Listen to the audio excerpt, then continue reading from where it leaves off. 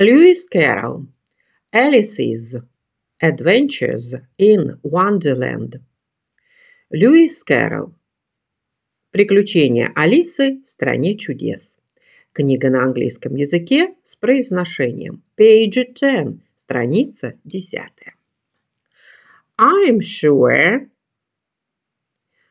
Я уверена, подумала Алиса. I am going to the center of the earth.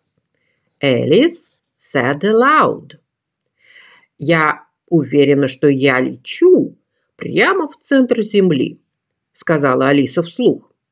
Или подумала она вслух.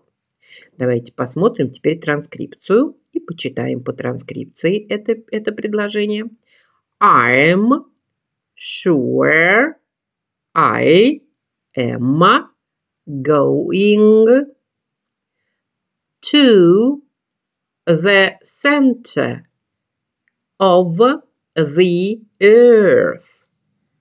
Alice said aloud.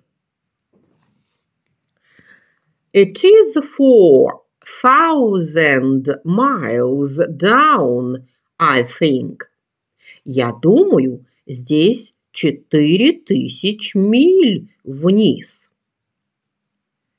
It is 4,000 miles down, I think.